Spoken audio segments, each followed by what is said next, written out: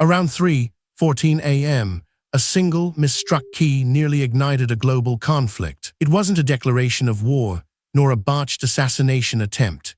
It was a mundane bureaucratic error, a slip of a typist's finger in Berlin that almost plunged two empires, Germany and Zanzibar, into a catastrophic, entirely avoidable war in the year 1890. We often focus on grand battles and sweeping political movements as the catalysts for conflict. Yet, history is rife with examples of the utterly trivial, the almost comical, nearly derailing the most delicate diplomatic situations. This is one such forgotten tale. The year is 1890. Europe is a powder keg of colonial ambition. Germany, a relatively new imperial power, is aggressively expanding its influence across Africa, eager to catch up with Britain and France. Zanzibar, a powerful sultanate off the East African coast, is a key strategic prize. At this time, Zanzibar was a vibrant hub of trade, wealth, and culture. Its strategic location made it a crucial port for commerce between Africa, India, and the Middle East. Both Germany and Britain coveted its control, leading to a delicate dance of diplomacy. The British, through a series of treaties and political maneuvers, had established a strong influence over the Sultanate. However, Germany saw an opportunity to challenge this dominance, believing they could leverage their growing military might to gain a foothold. To prevent an outright clash, the two great European powers engaged in complex negotiations, ultimately leading to the Heligoland-Zanzibar Treaty of 1890. This agreement aimed to delineate spheres of influence, avoiding direct confrontation. Under the treaty, Germany would relinquish its claims on Zanzibar in exchange for the island of Heligoland in the North Sea, a small but strategically important naval base. Britain, in turn, recognized German claims in Tanganyika and other parts of East Africa. It was a sensible compromise, designed to de-escalate tensions. The official document, meticulously drafted in German and then translated for British and Zanzibari officials, was sent to the various chancelleries for final review and ratification. But a single-minute detail within the German draft, a detail that would pass unnoticed by many, held the potential to unravel the entire delicate arrangement.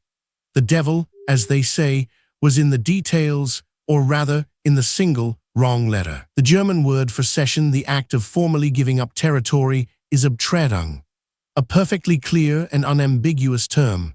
However, the typist, likely under pressure and working late, made a fateful error. Instead of Abtretung, the document, sent to Zanzibar, read Abtrennung. The subtle difference might seem insignificant to a non-German speaker, but its implications were profound. Abtrennung means separation or detachment. The treaty stated that Germany would separate Zanzibar, not cede it. To the Sultan of Zanzibar and his advisors, this wasn't merely a typo, it was a fundamental shift in meaning. Separation implied a temporary detachment, not a permanent relinquishment of German claims. From Zanzibar's perspective, this meant Germany could, at any point, reassert its claim to the island, arguing they had merely separated from it. It undermined the very essence of the treaty, which was meant to grant Britain, and by extension Zanzibar, uncontested control. When the Zanzibari officials received the document, a wave of alarm rippled through the Sultan's court. They were astute diplomats, well-versed in the nuances of European treaties. This wasn't a minor oversight, it felt like a deliberate deception. The Sultan, naturally, refused to ratify a treaty that seemed to leave his sovereignty in perpetual limbo. He viewed it as an affront, a potential trap set by the Germans to maintain a future claim on his lucrative island. He prepared for the worst. Word quickly reached the British, who were equally appalled. They had brokered this deal in good faith, and now it appeared Germany was trying to renege, or at least leave a dangerous loophole. Diplomatic cables flew across continents, frantic and urgent. Germany initially was baffled. They insisted it was a simple error, a clerical mistake, but the damage was done. Trust had been eroded. The Sultan of Zanzibar was mobilizing his forces, and the British were preparing to back him. For a terrifying few days, A localized conflict over a typo threatened to escalate into a full-blown imperial war. The intricate web of alliances and rivalries meant that a clash between Germany and Zanzibar could easily draw in Britain and potentially other European powers. The stakes were immense. The stability of the East African colonial sphere, the balance of power in Europe, even the future of global trade routes hung precariously on the correction of a single letter, a T instead of an N. Fortunately, cooler heads eventually prevailed. German diplomats, realizing the gravity of the situation, swiftly moved to correct the error. They issued formal apologies, provided amended documents, and offered unequivocal assurances to both Zanzibar and Britain. The typo was officially acknowledged as a genuine mistake, not a calculated subterfuge. With these reassurances, the Sultan of Zanzibar finally ratified the treaty, and the immediate threat of war dissipated as quickly as it had arisen. The Heligoland-Zanzibar Treaty, despite its dramatic near-failure, ultimately played a significant role in shaping the colonial landscape of East Africa.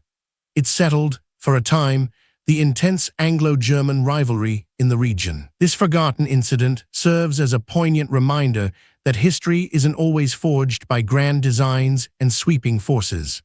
Sometimes, it's the smallest, most human of errors, a moment of fatigue, a slip of the finger that pushes the world to the brink. It's a testament to the fragile nature of peace and the immense power of communication, or indeed, miscommunication. A single T or N can mean the difference between diplomatic resolution